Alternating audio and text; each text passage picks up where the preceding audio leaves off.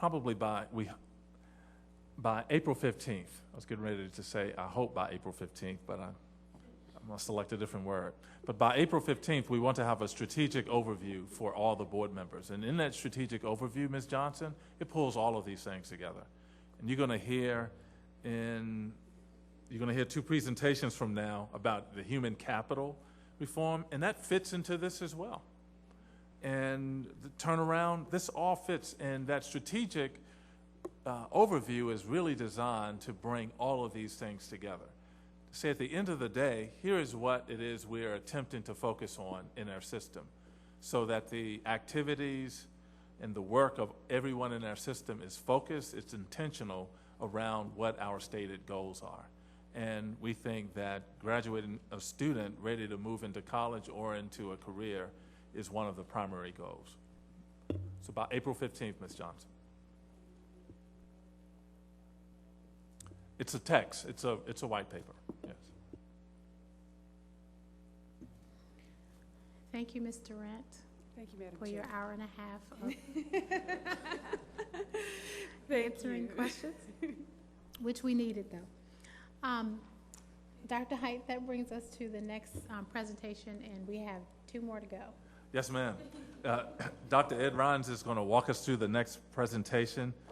Dr. Ryans is the director of Turnaround Schools. We are excited with the work that he's doing with the schools. Turnaround Schools were a product of the school improvement grants from the Maryland State Department of Education, and those grants were a byproduct of the ERA funding that was done by the Obama administration.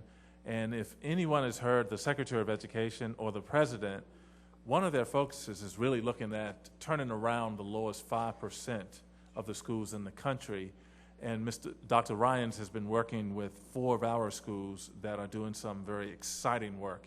So with that, Dr. Ryans, I'm going to yield to you so that you can walk us through this presentation, this brief presentation. So I guess the question I need to ask, am I walking this through or am I running through this? Because I know we've been up for a while. First of all, I'd like to say thank you to Dr. Height for providing me the opportunity to be a part of this initiative with the Turnaround Schools. And also to the Board of Education for allowing me to present this evening. And also, before I begin, I would like to acknowledge Mr. Glasscock from MSDE. He is here in support of the Turnaround Schools and has provided some tremendous support from Maryland State Department of Education, so I just want to acknowledge Bob Glasscock there. As we move forward, okay, it changed, and I apologize. School turnaround, just look at our definition for school turnaround. We actually look at or subscribe to the research that has been conducted by Mass Insight, the Turnaround Challenge. And the key words there, dramatic transformational action. As Dr. Height alluded to earlier, schools were selected based on persistently low achievement over a course of time. And so our work is reflective of the framework developed by Mass Insight. And what that simply means is that changing conditions for these schools so that they thrive. School turnaround, for us, we want to make the school day stronger by building the capacity of staff.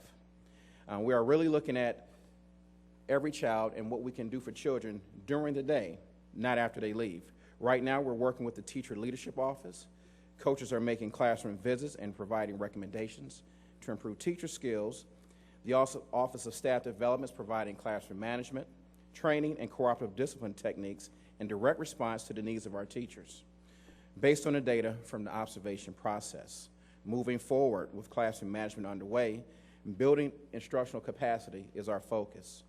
Through a partnership being forged with Research for Better Teaching, which provides the Skillful Teacher model, the most current practices for teaching successfully are being studied now to be put in practice to meet our students' needs.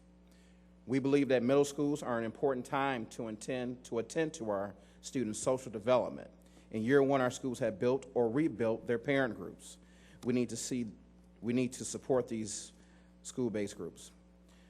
We're also forging a partnership to assist with those school-based groups with Mid-Atlantic Equity Consortium.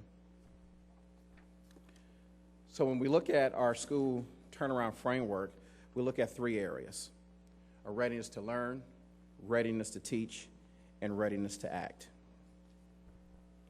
Readiness to learn. First of all, we had to focus on culture and climate. We have been addressing federal requirements. The principals and 50% of the staff were replaced. Immediately, staff members and school leadership established new relationships with students, the community, and even themselves. As they got to know the students' instructional deficits, the staffing structure had to be created to meet the social and emotional needs of students. We built what we call care teams in each school, which consist of counselors, social workers, psychologists, pupil personnel workers, all led by the principal. Ready to teach. As we built the turnaround school communities, we included positions in each school that support the teachers in learning how to understand the children in their classrooms, to assess the needs for their learning, and who will work to connect students to what they are learning. The schedules at the schools are structured first for students, with teams of adults to support them. There's time for teachers who teach the same students to meet and to collaborate about what works best for any given student, and be provided professional development that is focused on the needs of the children they serve. Ready to act. All of us believe in making decisions in the best interest of children. What's different in turnaround schools is the autonomy provided to principals and their teams to align resources to the unique needs of their students in their schools. So we've learned some lessons based on our first year of work in the turnaround schools that are focused on 3 areas: management, curriculum and instruction, motivation. Consistent in all 3 areas is ensuring that we provide job-embedded PD professional development for teachers, and that's one of our most cost-effective measures, and it's a sustainable measure, by ensuring that our teachers are constantly receiving the latest in instructional strategies so they can meet the needs of their students. And again, the next slide, as far as our lessons learned in curriculum instruction, again, I like to reinforce the point that we want highly effective teachers. Although all teachers at our schools are highly qualified, we want our teachers to be highly effective. The next slide, for motivation, really focus on advocacy skills. If you look at the second bullet there, ensure students have a caring adult who knows curriculum, understands goal setting, monitors progress, and meets regularly to advise and encourage. That's the piece that we want to ensure that we build those relationships with students so they are motivated to come to school. So we look at providing advocates in the building. So we've created a position called the student advocate. In Chicago Public Schools, they call them ESPs, educational service personnel. And the role of the educational service personnel or the student advocate is to be a mentor to students, to check on students on a regular basis, to provide them the support that they need so that they're able to be successful during the school day. For some reason, it took me back to the beginning of the presentation, so I'll talk about our turnaround vision. Turnaround vision is based on the knowledge that in order for our schools to move forward, we have to have the best leaders, best principals, best teachers in the building. Our vision is focused on building the capacity of teachers to increase student achievement by, 1, providing experience to enhance their expertise and efficiency, by providing supports to increase the capacity of school leadership teams. And again, as I stated before, professional development is the most cost-effective means to ensure sustainability over time. And finally, providing opportunities for teachers and leaders to establish professional networks across all turnaround schools. This particular slide, I'll talk about some of our success during year 1, particularly with student achievement. Our FAST scores have increased from this time last year. We've experienced an increase in our FAST scores. Under staff achievement success, staff at all schools are highly engaged in the collaborative planning process. This is a requirement to work in a turnaround school. You have to be able to work with one another and at the same time be able to work with others in the other turnaround schools. For our principals, 5 dynamic first-year principals at 4 schools, and they have learned a lot in this first year. And they have all organized their schools for optimal student performance. All principals have laid a firm foundation around school climate and culture. And leadership success. Academic deans, instructional lead teachers, assistant principals are working tirelessly to realize the vision at each school as evidenced by fast achievement growth. And finally, parents and community. Each school has an active PTA to support the school. And that's the next step of our work is to continue to engage the community to get the best results for students.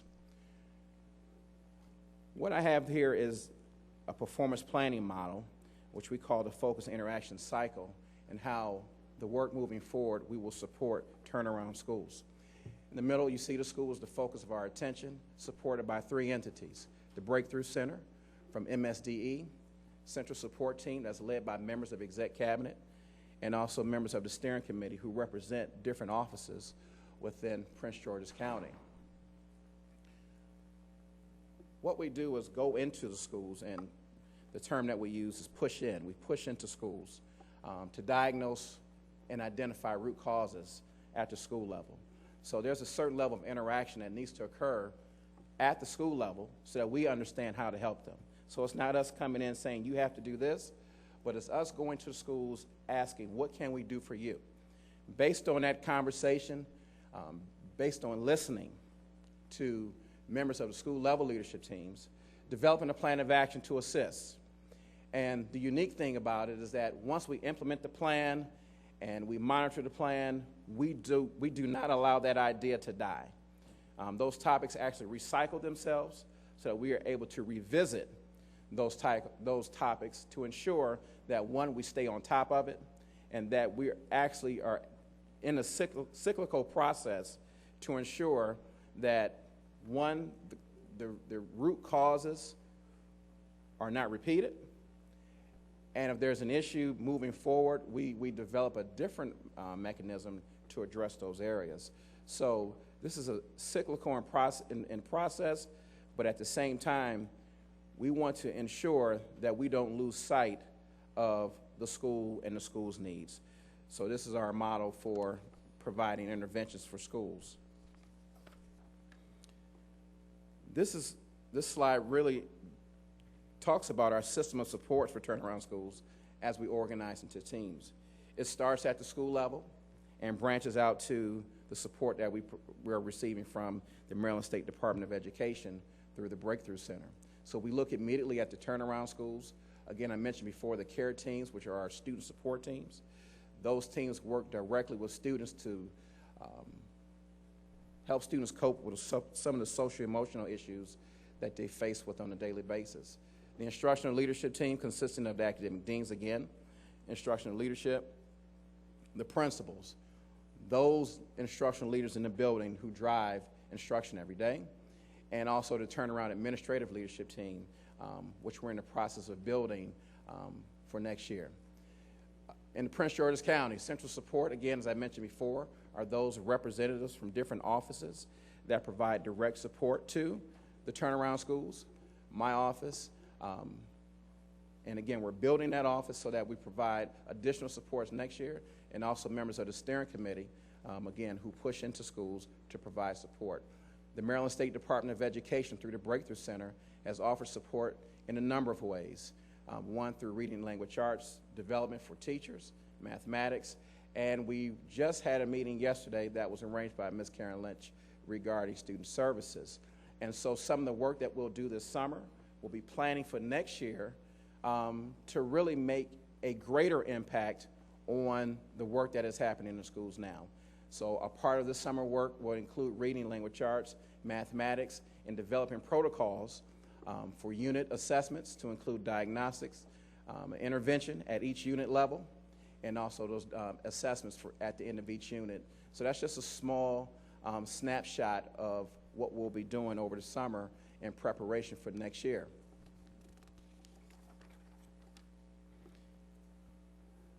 So each of these slides represent the actions of each team placed on this turnaround arrow, each aligned towards the sole goal of increasing student achievement in the turnaround schools. Again, we have the turnaround school leadership teams, which really drive the focus of turnaround schools, the individual turnaround schools.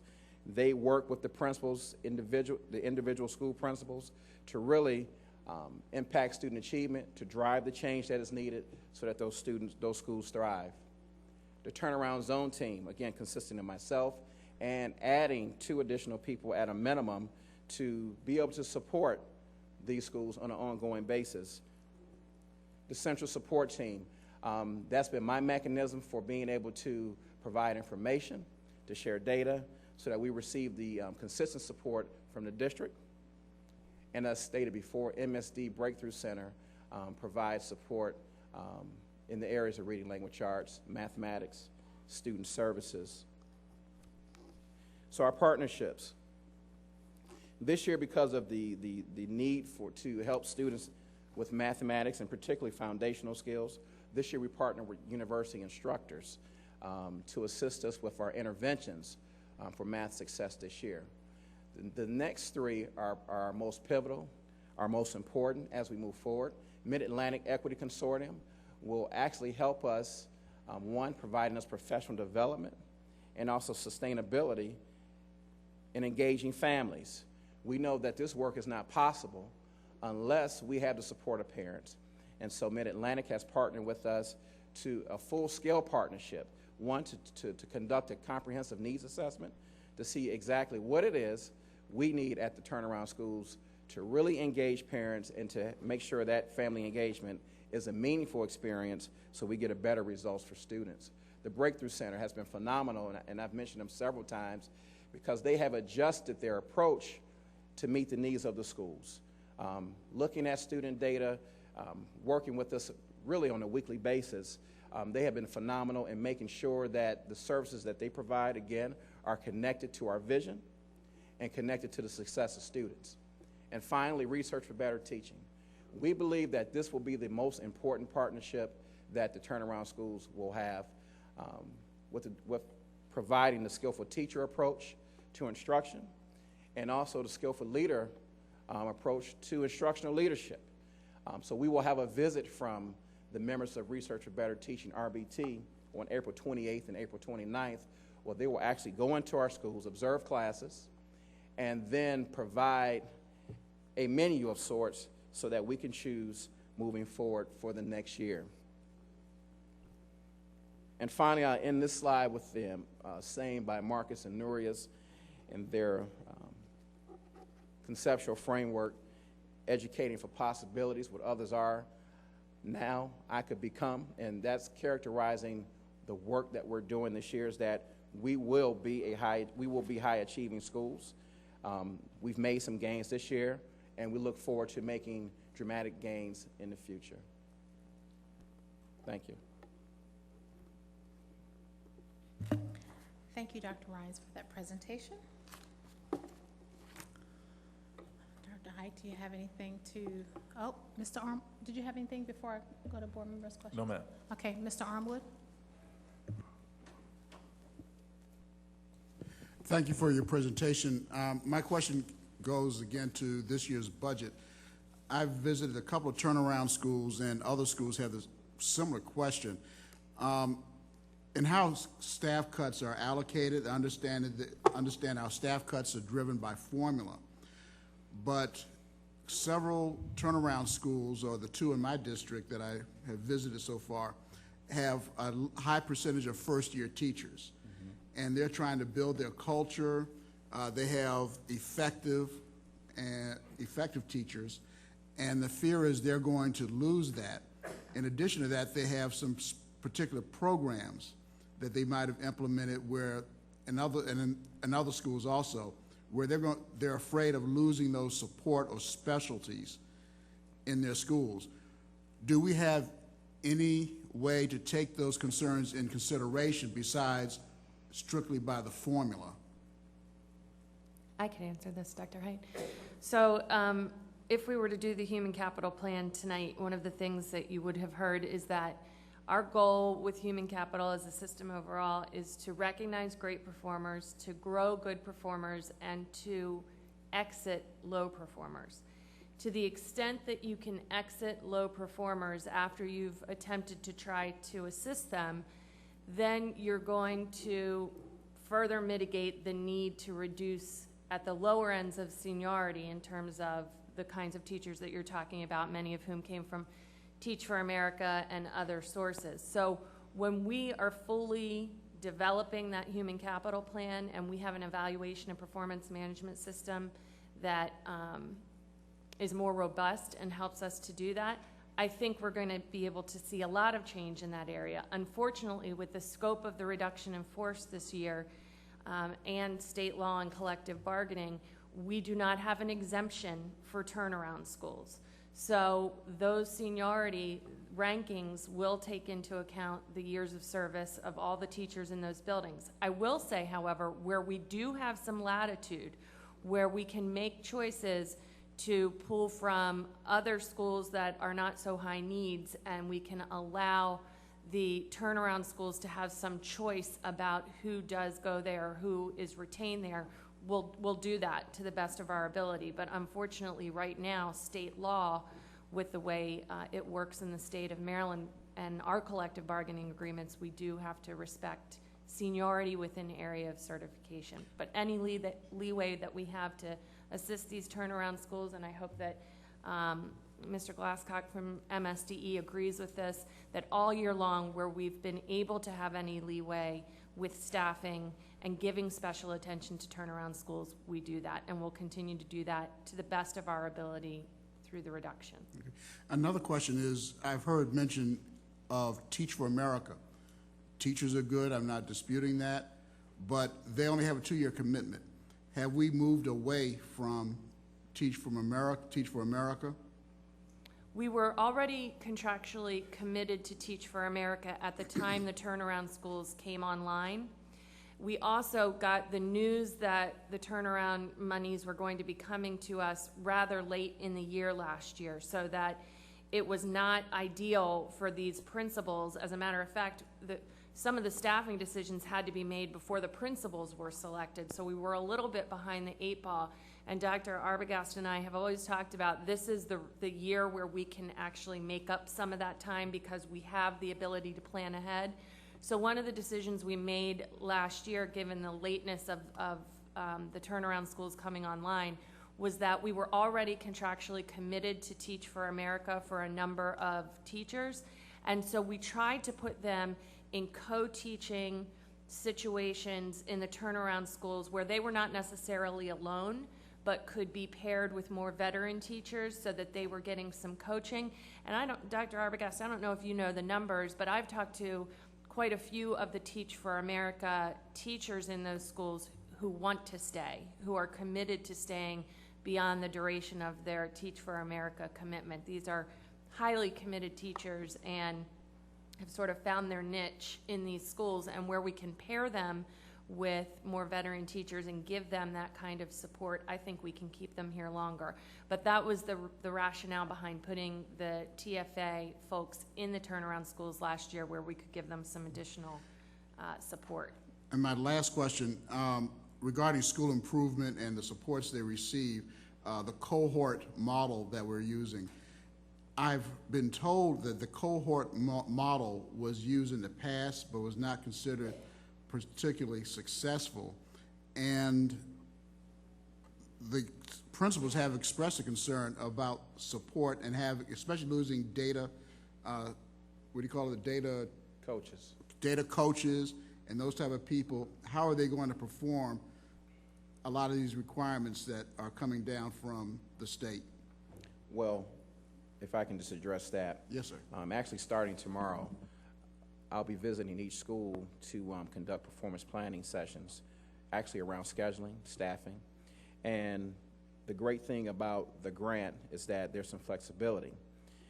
So a part of our conversations will be to look at what's existing in the grant and now to shape your school the way that you would like it to be. And the flexibility is that, there's some positions that we may not need. It was mentioned earlier that we have a difficult time now finding Spanish teachers. The grant calls for additional FTEs in foreign language next year. Knowing that now that, you know what, we had a difficult time staffing in foreign language, that position could be used to secure a data coach for next year, if that's permissible. So a part of the process will to identify areas where they would like to keep certain positions. I'll run that through HR, through Dr. Arbogast for assistance so that they're able to have the structure in place that they would like so their schools continue to thrive.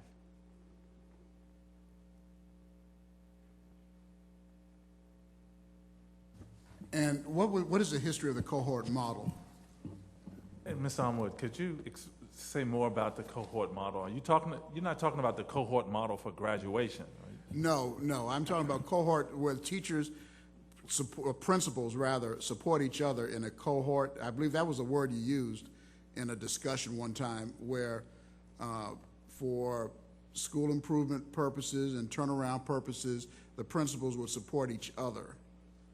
Am I using the wrong word? Collaborative planning, maybe? No, that's teacher collaborative planning. But at one point, I asked a similar question, and I'm pretty sure you used the term cohort. Yes, where the principals, I took it as being the principals will work together to support each other.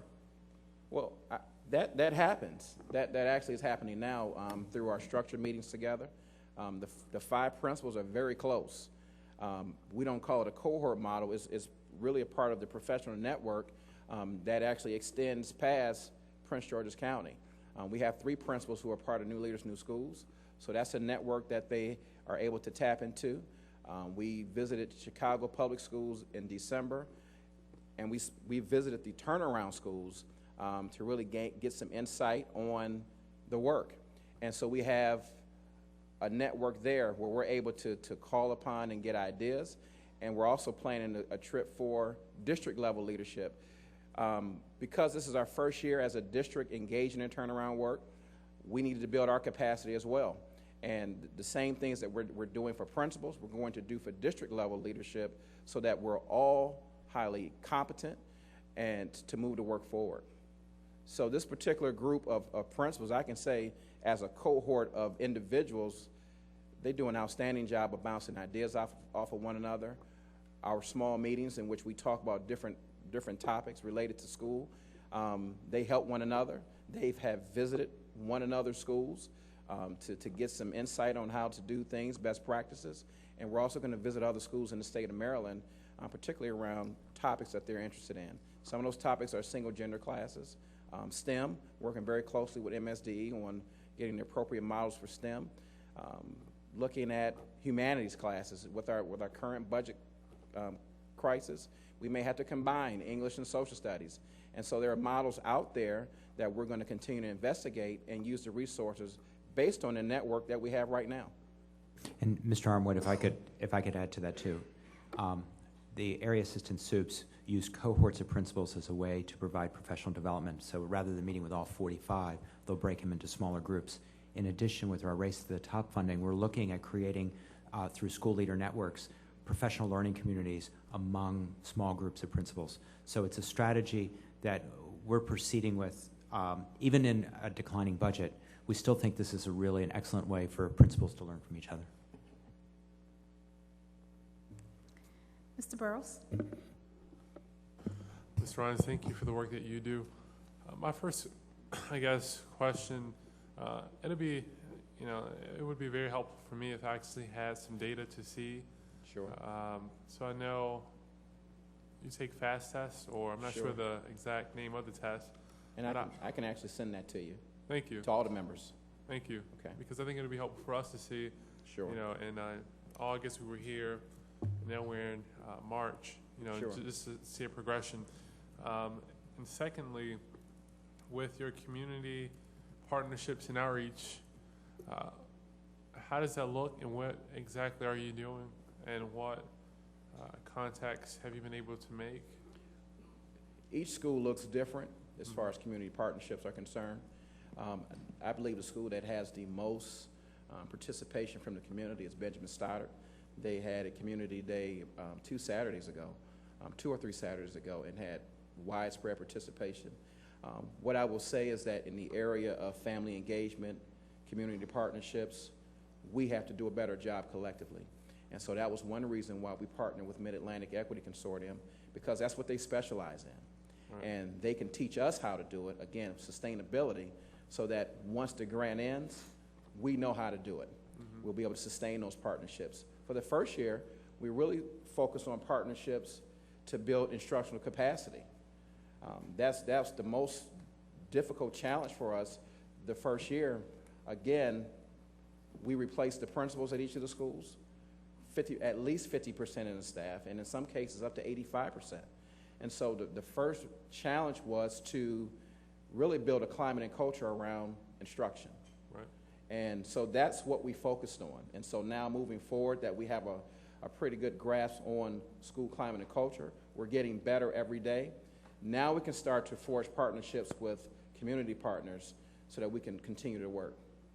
Okay, and I went to Benjamin Stoddard Middle School, Mhm. and so I was very excited when I was able to talk to several of the amazing TFA teachers there, Sure. who are doing a dynamic job across the system. And secondly, just to the third grade Marshall, because I know that's also a turnaround school, that's actually my local civic association. Sure. It's a pretty large civic association, and I know that, they'll be willing to partner and do whatever they can, and hopefully they'll be focused on literacy, whatever they can provide in aspects of literacy, whether it's, teaching students how to read, whatever that case is, bringing them up. Actually, that brings me to my third question and last question. Do we have, I know reading recovery is for elementary school. In our turnaround schools, do we have an additional support person there who is trained to specifically for reading? We have just our reading language arts teachers. Mm-hmm. Conversation that the principals had at our last meeting was actually investigating interventions around reading, particularly Read 180.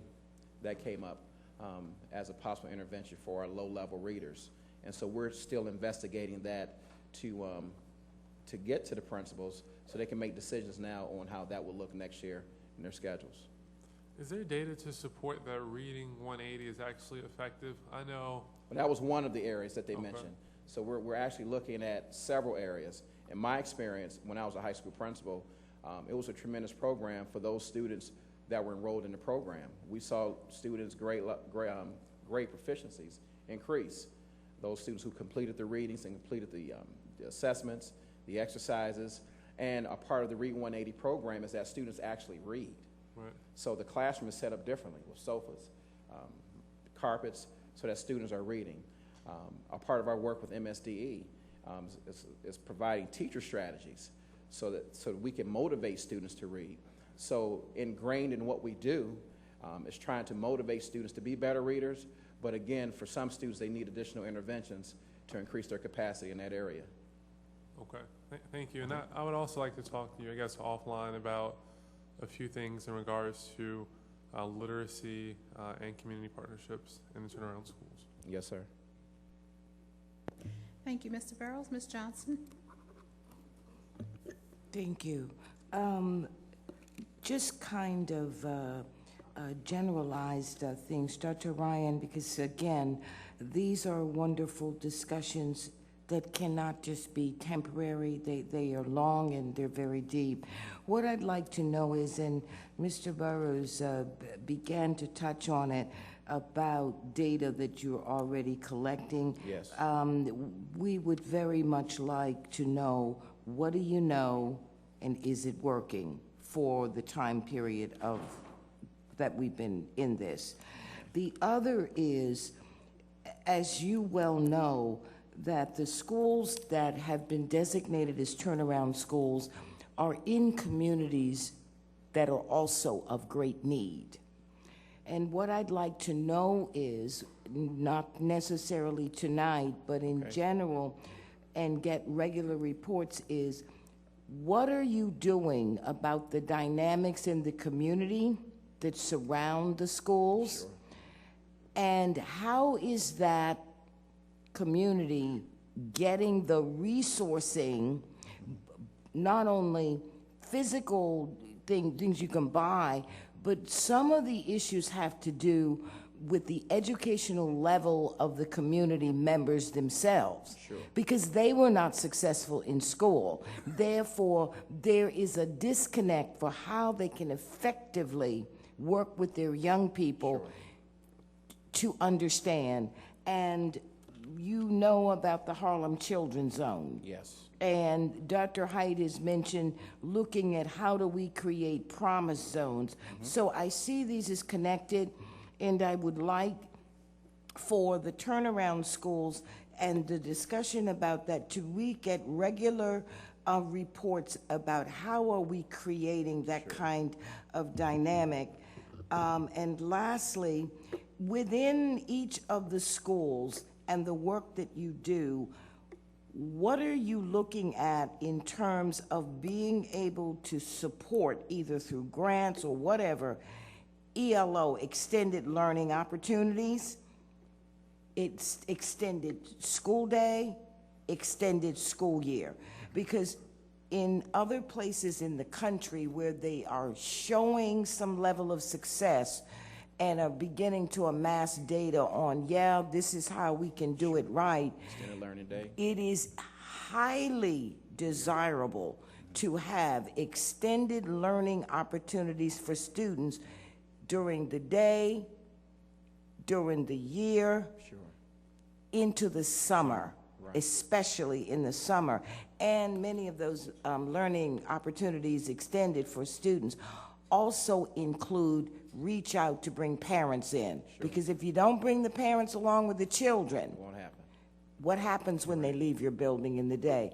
So again, I look forward to regular reports, because just saying, oh, well, we got turnaround schools, the job is not done, because it takes a lot of different places to do pieces of work. Sure. And you won't see the benefits of it immediately. Exactly right. But we will over time. So I look forward to getting that information from you. Okay. And you don't need to give it to me in PowerPoints. I actually like to read. Okay. So it could be multiple pages of a document. Thank you. And I like to write. If you would like for me, I can address the questions from the last question to the first, if you don't mind. Particularly around the ELO's extended school year, we recognize that students need additional time on task to achieve any of the outcomes that we would like them to achieve.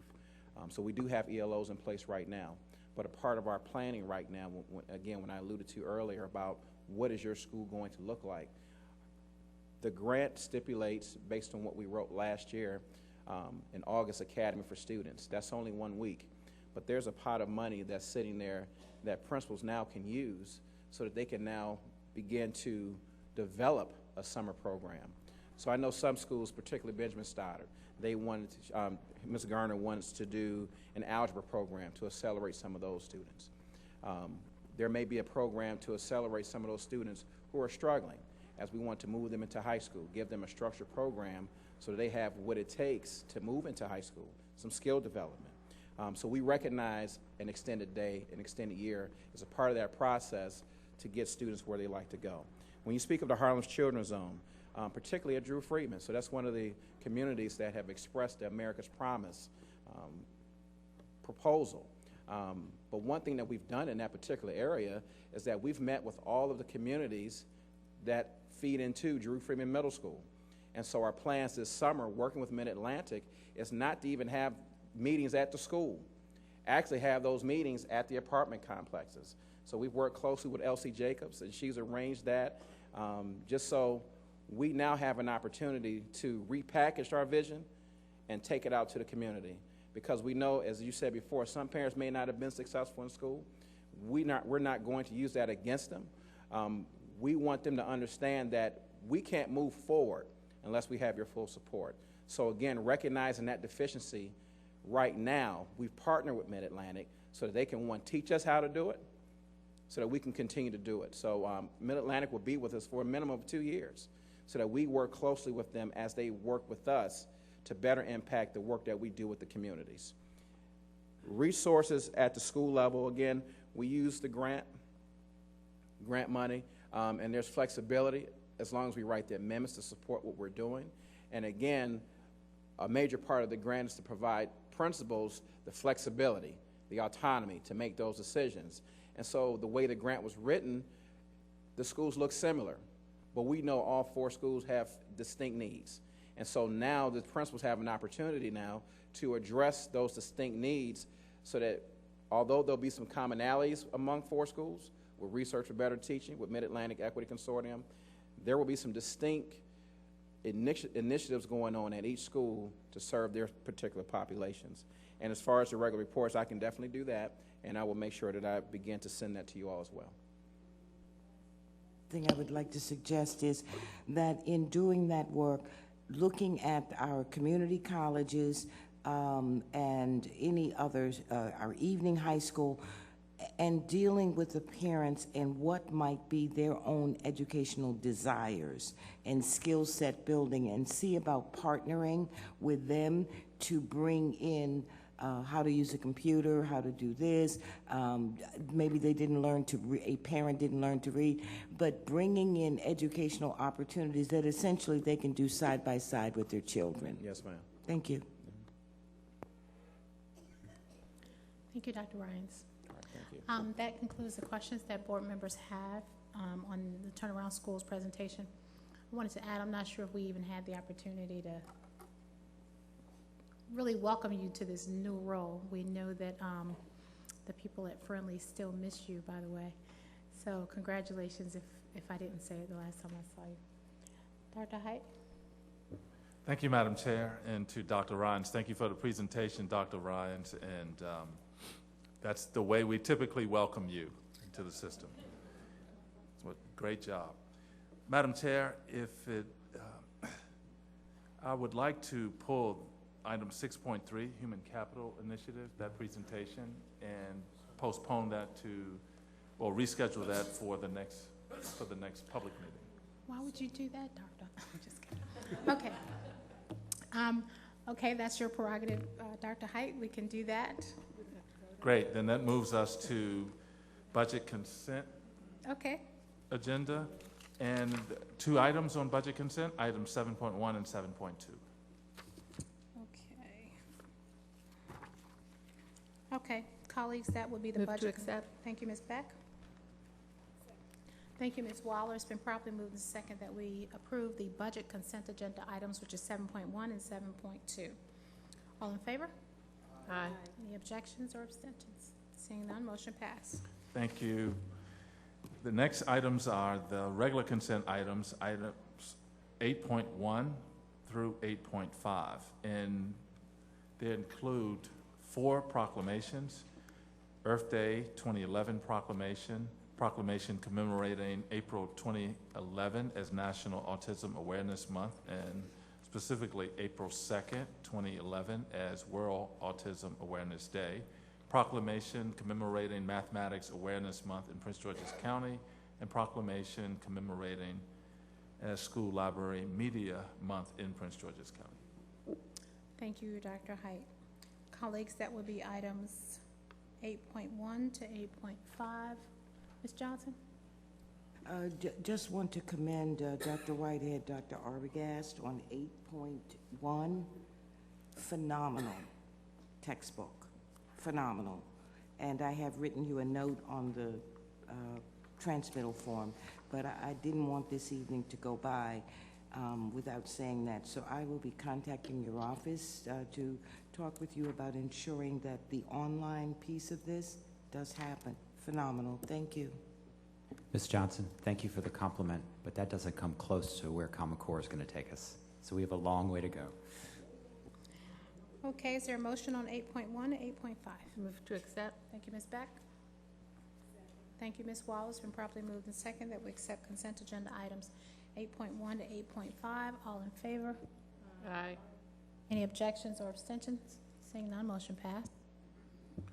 Thank you, Madam Chair. This brings us to items under Governance Unfinished Business 9.0. Item 9.1 is revised board policy 9360, meetings of the board. Thank you, Dr. Height. Ms. Higgins? I would like to amend the policy.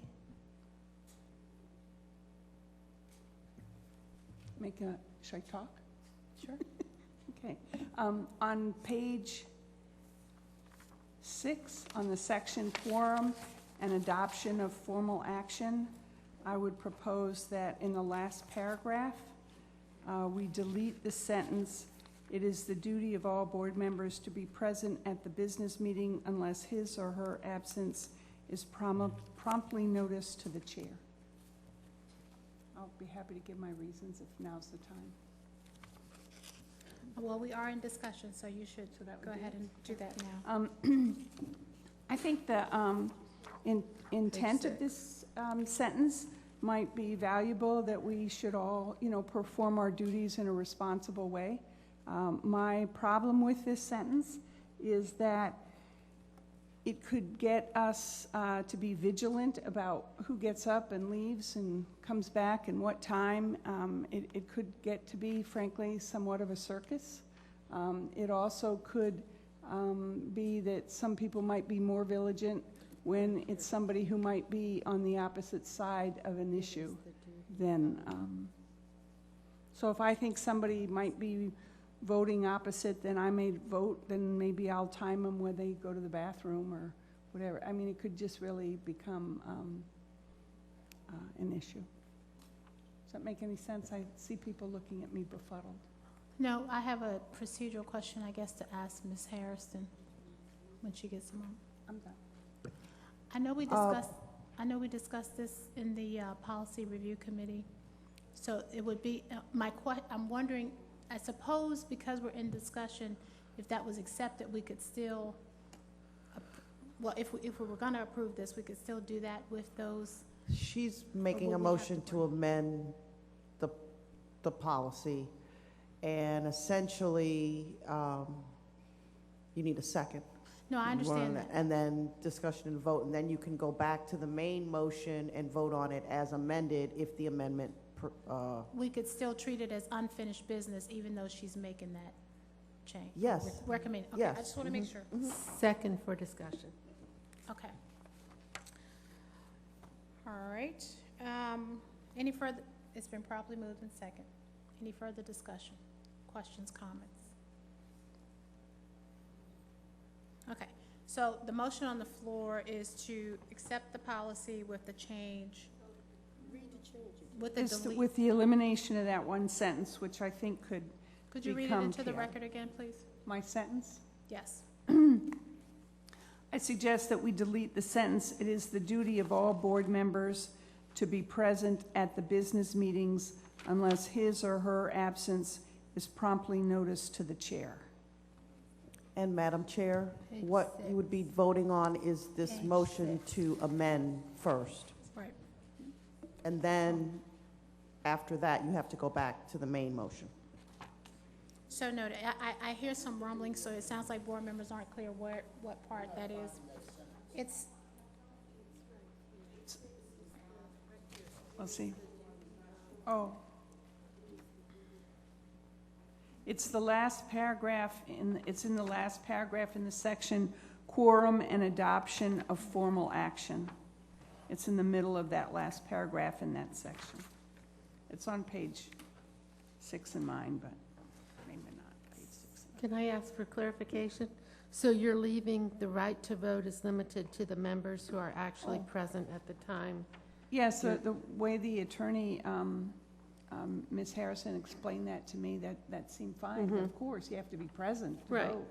But this sentence before means that if somebody leaves the meeting in the middle of the business meeting, maybe for whatever purpose, is gone for any period of time, that could become an issue. And I think it could be, Sticky. right, thank you for the language. Calvert. are we clear on this section now? I'm sorry, colleagues, I didn't mean to create so much confusion.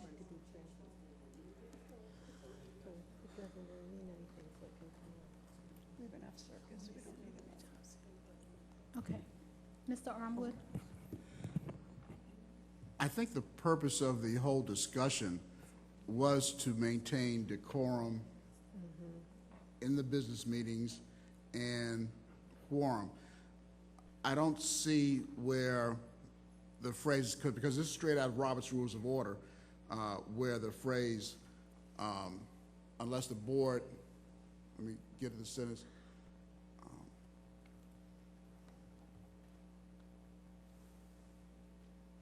And I'm sorry, I've moved past it, but I don't see where that sentence would lend itself to any confusion, because the chair would need to take notice and take action of. So I don't foresee the members raising the issue themselves if I interpret that sentence correctly. Am I right, Ms. Hairston? Yes, you are correct. The purpose of the sentence was to really go to, and it is under the quorum section of the policy.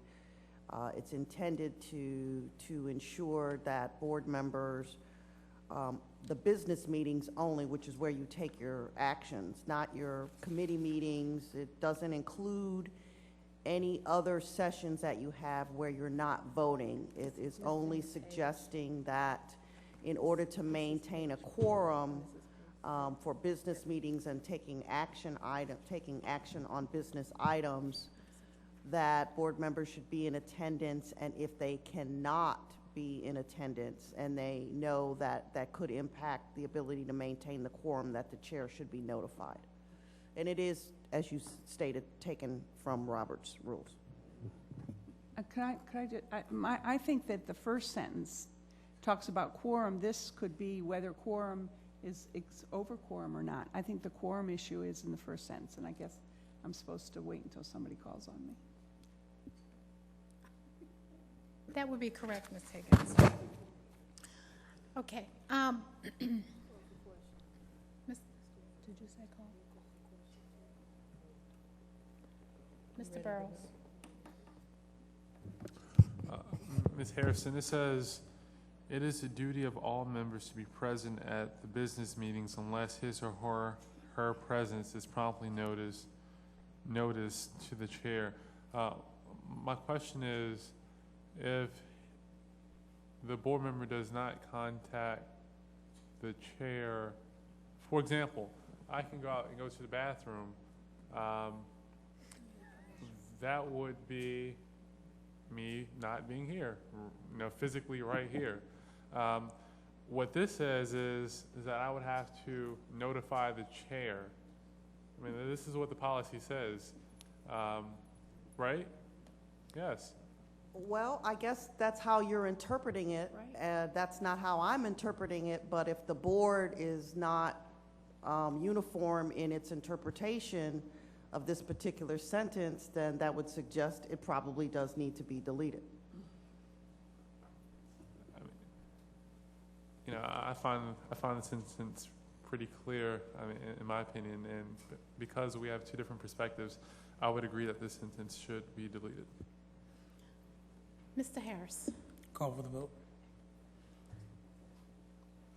Okay, the motion on the floor is to eliminate the sentence on page 6 of the policy, and hearing no further discussion, call the roll, Ms. Dent. The motion is on the amendment to revise Board Policy 9360. Mr. Armwood. Nay. Ms. Boston. No. Mr. Burrows. Aye. Ms. Eubanks. Aye. Ms. Higgins. Aye. Ms. Johnson. Ms. Waller. No. Mr. Harris. Yes. Ms. Beck. Aye. Ms. Jacobs. Aye. 6 ayes, 4 nays. Motion carries. Thank you. Now, colleagues, are there any other motions on 93? Now you need Yeah, to we go need to back vote and on it. vote on the motion as amended, the main motion as amended. I move the amended policy. Second. Been properly moved and second that we approve policy 9360 as amended. Any discussion? Okay. Call the roll, Ms. Dent, when you get a chance. On the motion as amended for revised board policy 9360, Mr. Armwood. Aye. Ms. Boston. Aye. Mr. Burrows. Aye. Ms. Eubanks. Aye. Ms. Higgins. Aye. Ms. Johnson. Ms. Waller. Aye. Mr. Harris. Aye. Ms. Beck. Aye. Ms. Jacobs. Aye. 9 ayes, 1 nay, motion carries. Thank you. That brings us to wellness, nutrition, and physical activity. Yes, ma'am, Madam Chair. This is item 9.2. This policy is an unfinished business item, but it's been before the board several times before. It had significant fiscal implications inside of the policy, so it's been revised, so all of those fiscal requirements have been removed. It had a requirement for certain gym structures, certain times with respect to PE, and we felt in this budget climate we had to revise the policy to more appropriately reflect the type of revenue climate that we're existing in at the moment. Thank you, Dr. Height. Colleagues, is there a motion? 9.2. Move to accept. Thank you, Ms. Beck. It's been properly moved and second that we accept policy 9.2. Discussion, Ms. Johnson.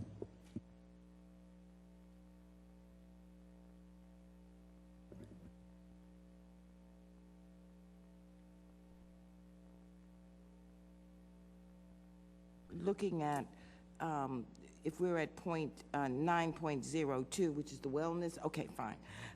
One, Dr. Height, thank you very much for accepting the long list of things as I really went through it word by word. I think you have made a very good adjustment to that policy. Number one, it narrows the amount of interpretation that could happen at the school level. And I thank you for that, but it also allows you, as we could get resources, to expand it. So I appreciate very much the policy change. It ensures healthier children, and it allows us the ability to grow this wellness policy into a full-blown one, administrative procedure in which our children will be healthier and they'll have more activity. So I would like to thank you for that work. It was hard, but thank you. Motion on the floor is to accept item 9.2, which is revisions of board policy 0116. All in favor? Aye. Any objections? Seeing none, motion pass. Thank you, Madam Chair. The next items are new business items.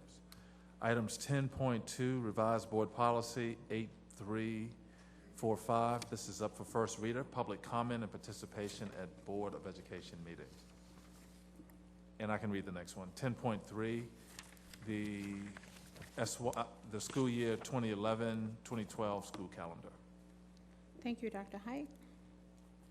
Colleagues, is there a motion to accept as first readers? Move to accept as both as first readers. Is there a second? Okay, Ms. Johnson?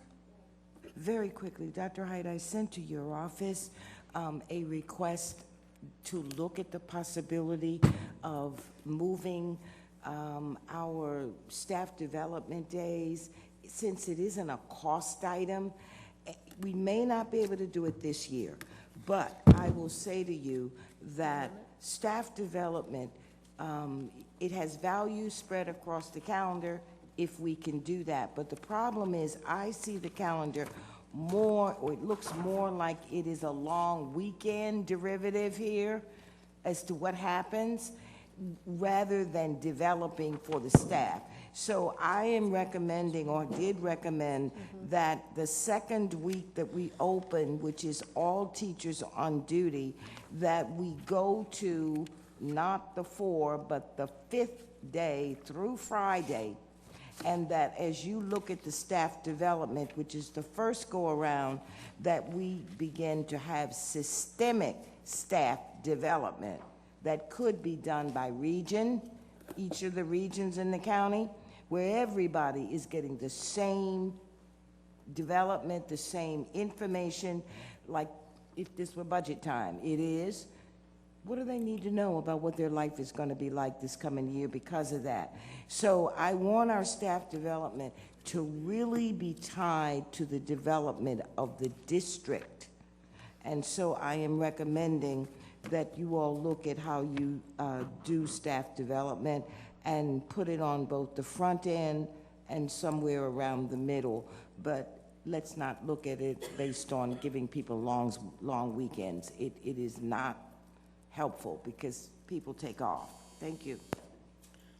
Dr. Height, in light of this being a first reader and we don't discuss it, I would ask that you take note of that, but I'm asking you not to respond at this point, please. Okay, next. Oh, all in favor? Aye. Of accepting these as first readers. Any objections or abstentions? Seeing none, motion passed. Thank you, Ms. Dent. Okay, Dr. Height.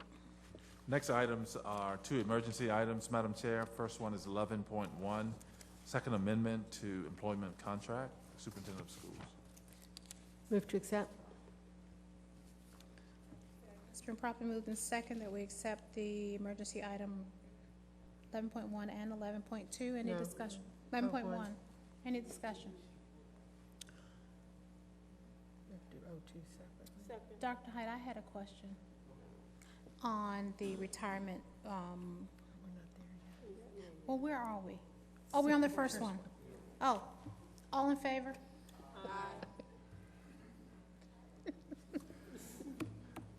I'm so sorry. Thank you, Madam Chair. I You're think you welcome. had a question on the item we're on now. Okay. Retirement Incentive Program, I'm 11. sorry, Dr. Hyde. Now, all in favor? Aye. Objections or abstentions? Seeing none. What did I miss?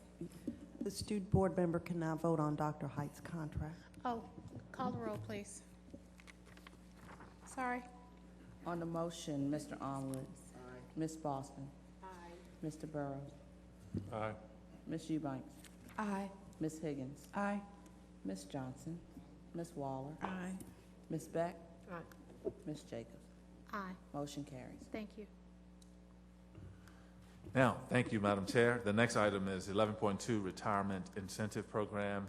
The board took action at the last meeting to provide a retirement incentive, and that incentive was in an amount of $15,000 for individuals who are choosing to retire this year. We have talked and looked at the number of individuals retiring, and at the moment we have over 400 individuals who've signed up to receive more information about the retirement incentive. We want to further incentivize individuals who may be thinking about retirement, and we're proposing that we raise the incentive to $20,000.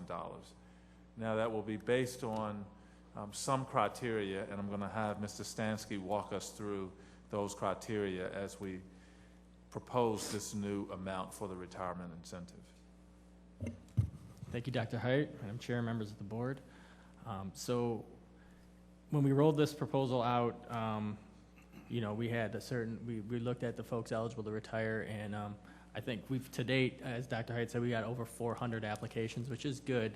But when we look at the data, we're seeing there's a certain group of employees, some higher paid individuals, who we think, in talking with our labor leaders and just discussing internally, we think with a little extra incentive, we may be able to entice those people to go ahead and sign up. And again, this is strictly to prevent layoffs.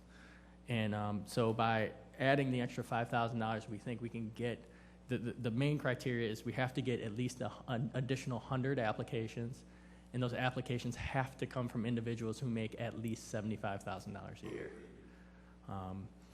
And again, we will review each application as we've done already to ensure that we won't lose money. And I'm not going to say we're not going to save money, but we don't, of course, don't want to lose money. So again, the way it works is you take, since we budget on actual salaries, we take the higher salary that was budgeted, that's now going to be retired and off the books, and then we would replace that with a lowered salary that would have been reduced through the reduction in force, and that gap would then pay for the sick leave payout and the retirement incentive. The one thing I do want to stress, though, that I know some questions have come up as far as the payment of the benefit and how it would be paid out, and could it be possible to spread it out over the year to prevent a higher tax deduction? What we're going to really strongly encourage employees to do is to place that into a retirement account, because then there are no tax deductions. So that full $20,000 would go right into an account. And if the employee chooses to take that money out the next week and then subject themselves to taxes, that's their prerogative. But what that also does is saves the district money, because we don't have to pay Social Security taxes on that incentive as well. If we paid it out in cash, the district and the employee would be subject to FICA taxes. If the employee chooses to put it in a tax-sheltered annuity, nor the employee nor the district would be subject to Social Security taxes, nor the employee would be subject to any income taxes as well. So that's sort of the plan right now. We want to up it to 20,000, again, based on that criteria of getting an additional 100 applications from individuals who make over $75,000 a year. And then we're going to strongly encourage the employees to take the buyout into a tax-sheltered annuity. And with that, I'll be happy to answer any questions you might have. Thank you, Mr. Stansky. Ms. Higgins, and then Ms. Beck. Yeah, I had a question. First of all, is that in the information that people get? Because I had heard that some people were worried about the tax consequences of taking the incentive. So is that clear in the promotional information? In the first, when we rolled it out initially, we were just starting talks to establish the tax sheltered vehicle. We've now met and done that, and Okay. we have to go through a process to actually get it set up, but we've had the meeting and the conversations we've needed to do that. So if the board approves this additional incentive, HR will communicate with employees, hopefully tomorrow is my goal to get it out, Well, because we'll also in an hour and a half. We'll also be extending the deadline through April 10th, and we will communicate that tax sheltered vehicle is going to be strongly encouraged, and the benefit that the employee will realize by using that tax sheltered vehicle. What about being able to stagger maybe over a couple of years or a year or two the annual and sick leave payouts as well? Again, the IRS is going to look at it regardless of how much it is as a bonus payment and want us to tax it at 25%. So again, we're going to strongly encourage employees to use the tax sheltered annuity, because they won't get taxed on it at all. But that's for the incentive.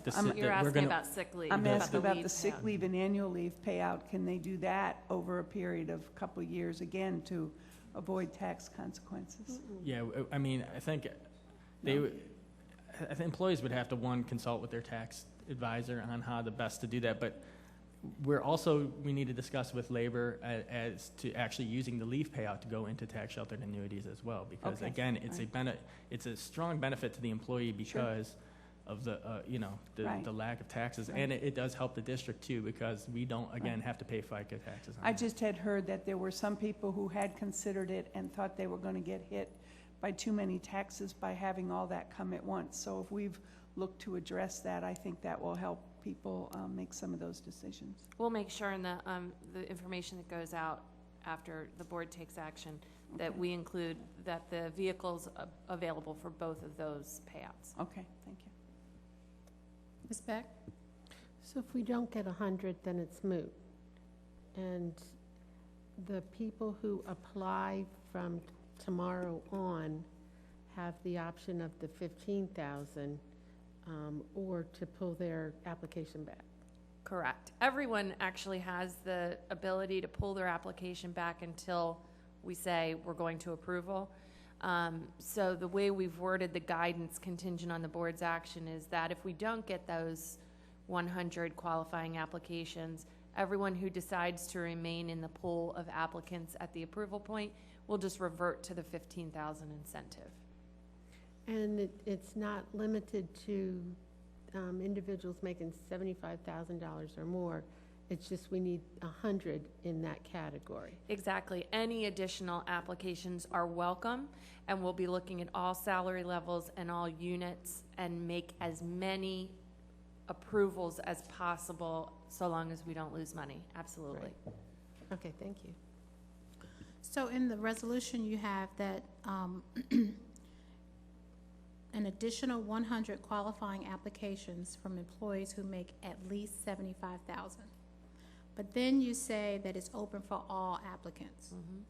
So if you get 500 people that want to do this and 75 of them make $75,000, what happens?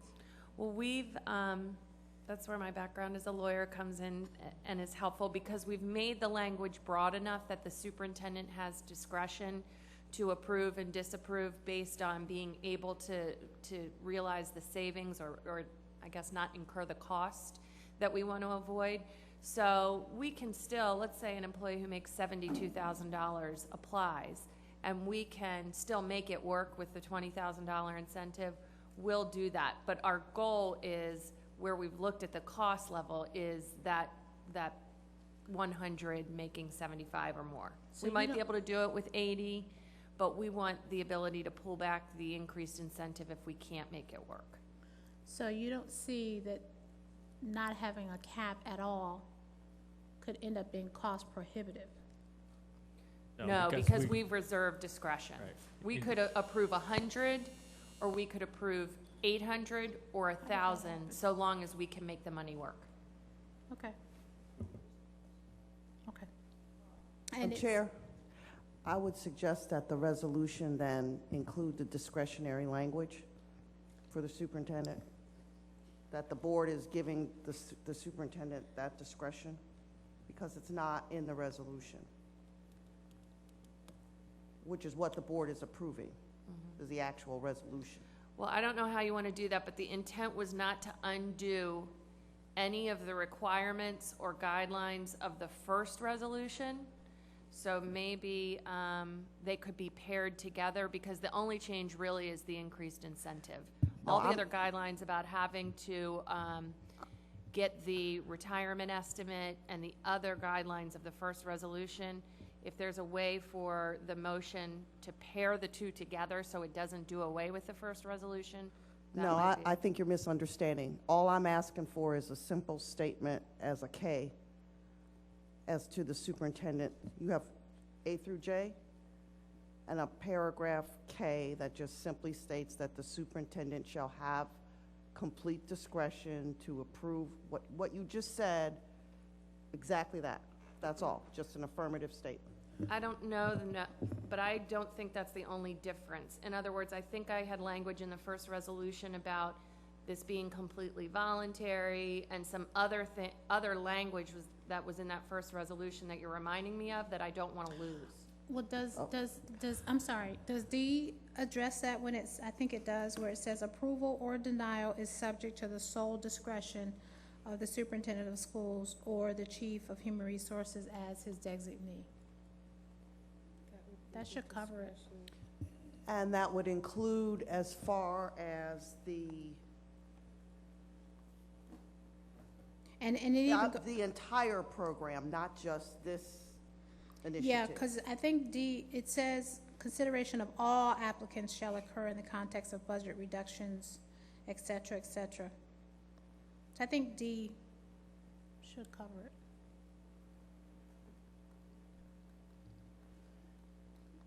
Pull it up. Completely voluntary, you're not in any way compelled, coerced, pressured, et cetera. Was this the same language that D paragraph was in the prior? Do you recall? I'm looking at it right now, I'm sorry. Yes, D was lifted from the first. then it is consistent. Okay, thank you. Is there a second?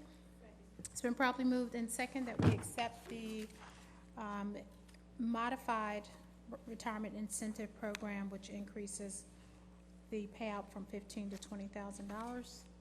Any further discussion? Seeing none, all in favor? Aye. Any objections or abstentions? Thank you, motion passed.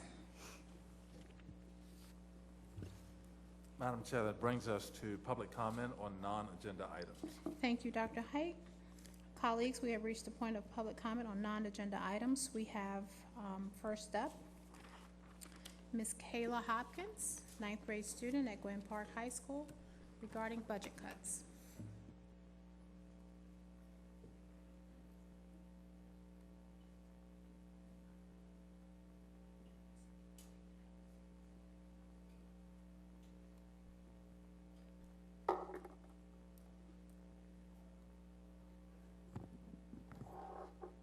Good evening. My name is Kayla Hopkins, and I am in the 9th grade, and I attend Gwen Park High School. I have two concerns: cutting extracurricular activities and the large amount of students in an intensity special education class. I think if you cut some of the extracurricular activities, some children in elementary and middle school won't have the opportunity to experience different activities that would help give them an idea of what they may want to be in life. For example, a child may want to be an artist. If art clubs are not available as an after-school activity, some children won't have the opportunity to explore art. If you take away middle school sports, some children who want to play football, basketball, run track, or be a cheerleader will miss out on the opportunity to learn needed skills to complete for sports on high school term and teams, and could miss out on the chance to get scholarship to college. Another concern of mine is the high number of students assigned to an intensity class in high school, and the possibility of the school board increasing the number of students in these classes. Some of the intensive classes have more than 13 children in classroom. Having such a large number of students in these classes make it hard for students who want to learn to do so. The intensive classes are made up of children with behavior problems as well as children with learning disabilities. The children in these classes have behavior problems, are very disruptive, and can make it difficult for other students to stay focused. The teachers have a very hard time controlling the disruptive students and spend most of the class time dealing with them. I know firsthand how difficult and frustrating this is because I am in an intensive class, and I find it hard to concentrate when you have students throwing objects across the room, walking around, talking loud, and interrupting the teacher. It is not easy to learn under these conditions, even general ed classes. My math intensity class has over 14 students with one full-time teacher and one part-time teacher who comes twice every other week. We have 8 to 9 students in my class who have behavior issues. If you can decrease the number of students in the intensive class who really should not be grouped with the students who have learning disabilities, students will want to learn and will have more of an opportunity to learn. If the superintendent and the school board can make this happen, you will have successful students graduating and be prepared for college or the workforce. Thank you. Thank you, Ms. Hopkins. Shavante Petty.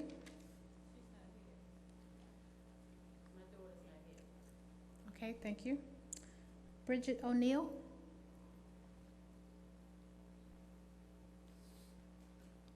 Ms. Teresa Petty.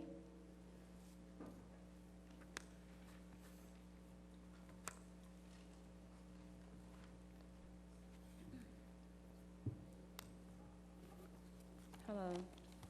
Good evening. My name is Teresa Petty. I have a daughter that is a senior at Oxon Hill High School, and she is on a 504 medical plan because she has asthma and a disability. And I'm upset because she's due to graduate June the 9th. And no matter how often I come and try to plead with people who don't have sick children. My daughter is well educated. In the 9th grade, she was sick. She has always had asthma. She got 1B the entire year and the rest A's. So in the 10th grade, they didn't give her a 504 plan. So I had to go to the senator's office in order to get that. I don't understand that. This is my school board. That is my school. I gave medical documentations. I'm not understanding what's going on. So I have to be my daughter's only advocate. The superintendent came up to the school, personally met my daughter, and asked her, who is an advocate? Who do you feel is an advocate at Oxon Hill High School? She said, my mommy. He said, no one else? She said, no one else. He said, what about the principal at the time? It's a new principal now. This is what my daughter said to him. She feels she has to back her administration, and that's what she does. He said that was sad. He was going to support us. He has not done what he said he was going to do. So I'm standing here before you to let you know that right now, as I stand here, my daughter is due to graduate, that teachers have falsified her grades, and I've sent the board these emails. One teacher put 15 zeros in my daughter's grades. I called the school board. I called the school board. I let them know. When you call the consortium, you talking about waste of money, you might as well just cut them out. They don't answer the phone. They're always busy. I can send you, I've sent to the board the multiple emails that I sent without a response. Every time Teresa Petty has a problem, I have to appeal at the Maryland State of Education, a simple problem that the principal could solve. My daughter was in an event called the Catwalk. I've sent so many notices about this. People keep telling me, the area executive director, I had a meeting with her yesterday, and she was so rude to my daughter. She put her hand up like that. I tried to show her my daughter's high school assessment scores just to let her know that my daughter was bright. My daughter had a high score of 4 something. She said, I don't even think anyone can get a score like that. That must be wrong. So you know what I did? I'm going to make sure I email her the number to the high school assessment testing so that she can have the verification that that was my daughter's grade. I was very insulted.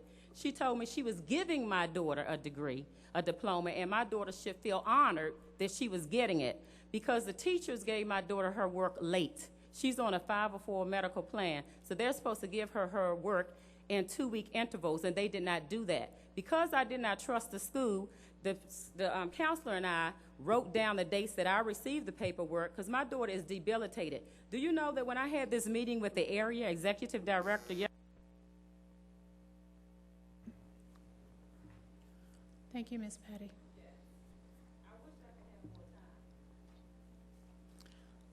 Yvonne Nichols.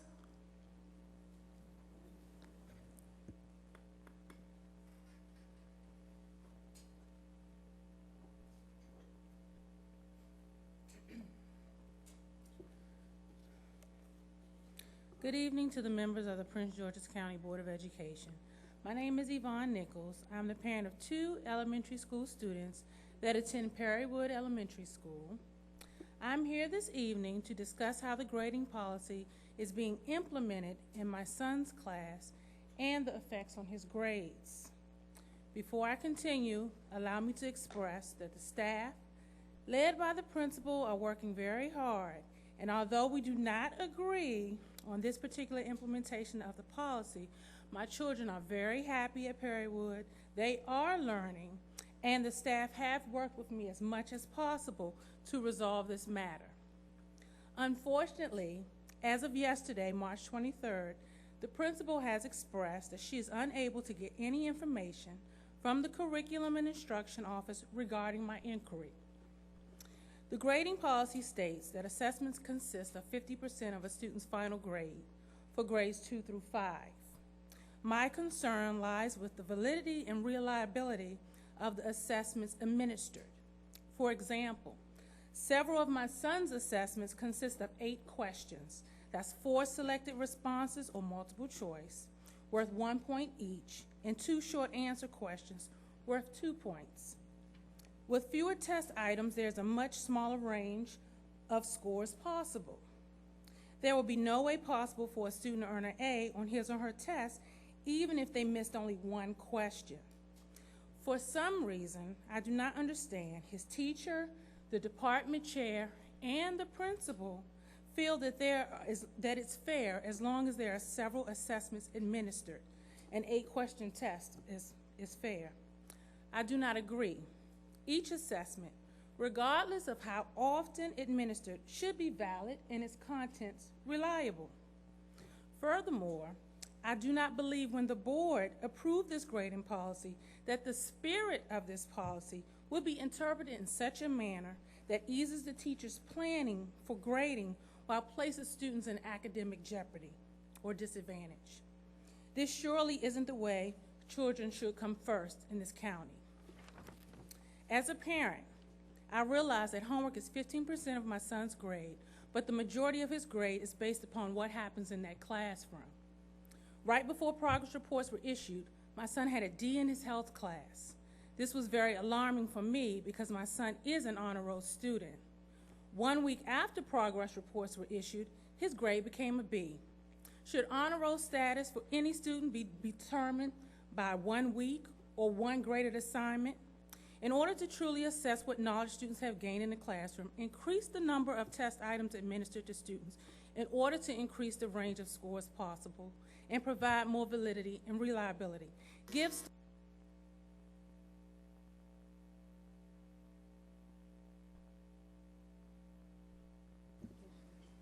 Thank you, Ms. Nichols. Dr. Height, what I would recommend is that, based on what she is saying, that the principal is seeking some guidance, apparently, and needs some feedback from curriculum and instruction. Yeah, we'll follow up with Ms. Nichols on this issue, just to get more information. Thank you. Dr. Tamara Cook-Henry. Good evening. Thank you so much for this opportunity to tell you about the Scholastic Olympics that we're planning for April 9th. You have at least 2 minutes and a few seconds. Hello, everybody. My name is Emmanuel Williams, and first of all, I'd like to say thank you all for the work that you're doing as a father of an 8-year-old, now in private school, me and my wife are contemplating public school. It does my heart well to know you guys here are working hard and honoring our issues. Thank you very much. To the Scholastic Olympics, me and Dr. Henry some years ago participated in a spelling bee, or should I say we organized and led it, which motivated us to do the Scholastic Olympics. We wanted to do something on a much broader scale given our experience that it was such a successful event that we had to turn parents away. So we came up with the Scholastic Olympics, which is one competition made up of 4 competitions, or should I say challenges. One would be American history, another's math competition, oratorical competition, and a spelling bee. And these will be 10th through 12th graders competing. Our thought is that if we would reward them as we did prior in the spelling bee, one with plaques, also monetarily, that the student would be should I say, motivated to come out and participate. But the thing that we really want to hit home is that we would invite businesses and area colleges out in hopes that these students can form meaningful relationships, maybe a college that they had not considered or a business that might be doing an internship. So we're hoping that that dynamic would work, not only this year, that we would do it years in the future. And that would almost be a watering ground for businesses and colleges to come out and see some of the talented students that are in our county. It's also going to be a fun day. It's going to be at Watkins Park, starts at 9 in the morning, ends at 5:30. It'll be approximately, we're hoping about 300 students to participate, and with their family coming out to support them, maybe about 1,000 people at the park, along with businesses and colleges that day. It will be light jazz music, food, vendors, a moon bounce for the children. They will also be doing tours at the park. But again, we just wanted you to be familiar with it. Many of you are already, and we would like for you to, of course, whenever the opportunity presents itself, to share it with some young person or be able to get that message out as much as possible. We really do want the students to come out and to enjoy themselves and look forward to it annually. Thank you very much. Thank you. Yeah, that's what I was going to. Dr. Height, if you could have staff get a flyer, or, get more information. We already have information assess on it this, and and then, we'll get that out to the board as well. Thank you. It is April 9th. April 9th, okay. Yes. Oh, yeah, that's right. Okay, colleagues, that concludes our public comment on non-agenda items. Any questions regarding follow-up from March 10th? Seeing none? Ms. Beck, can I have a motion to confirm actions taken in executive session? So moved. It's been properly moved and second that we confirm actions taken in executive session, which included personnel, deciding on personnel matters, getting legal advice. All in favor? Aye. Any objections or abstentions? Seeing none, motion passed, and we are adjourned.